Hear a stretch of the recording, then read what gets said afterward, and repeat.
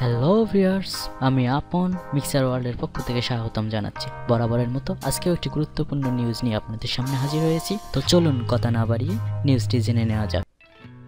Pakistan super লিগে মাহমুদুল্লাহ রিয়াদের কোয়েটা গ্ল্যাডিয়েটর্সের বিপক্ষে পেশোয়ার জালমির হয়ে বিস্ফোরক ব্যাটিং করলেন তামিম ইকবাল। ঝড়ঝাপটার ম্যাচে 46 বলে 4-4 ও 4-6-এর বিনিময়ে অপরাজিত 62 রানের অসাধারণ এক ইনিংস খেলেন তামিম ইকবাল।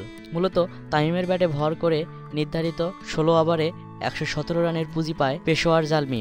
বৃষ্টি আইনে 20 ওভারের খেলা 16 ওভারই শেষ হয়েছে। এদিন জালমির একাদশে সাকিব আল হাসান থাকলেও ব্যাট করতে পারেননি তিনি, কারণ কোয়েটা মাত্র 3 উইকেট তুলে নিতে সক্ষম হয়। এদিকে পিএসএল-এ প্রথম উইকেট শিকার করলেন মাহমুদুল্লাহ রিয়াদ। আগের দিন ইসলামাবাদ ইউনাইটেডের বিপক্ষে ম্যাচ দিয়ে পিএসএল-এ অভিষেক হয় রিয়াদের। ওই ম্যাচে ব্যাটিং করলেও বল করার সুযোগ পাননি তিনি।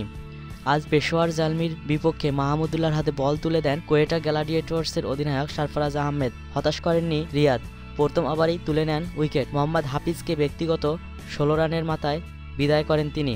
মাহমুদুল্লাহ রিয়াদ 3 ওভার বল করে 18 রানের বিনিময়ে 1 উইকেট তুলে নেন। বৃষ্টির কারণে তামিম ইকবালের দলের দেয়া 118 রানের টার্গেটে ব্যাট করতে নামতে পারেনি মাহমুদুল্লাহ রিয়াদের কোয়েটা গ্ল্যাডিয়েটর্স। ম্যাচটি পরিত্যক্ত ঘোষণা করা হয়।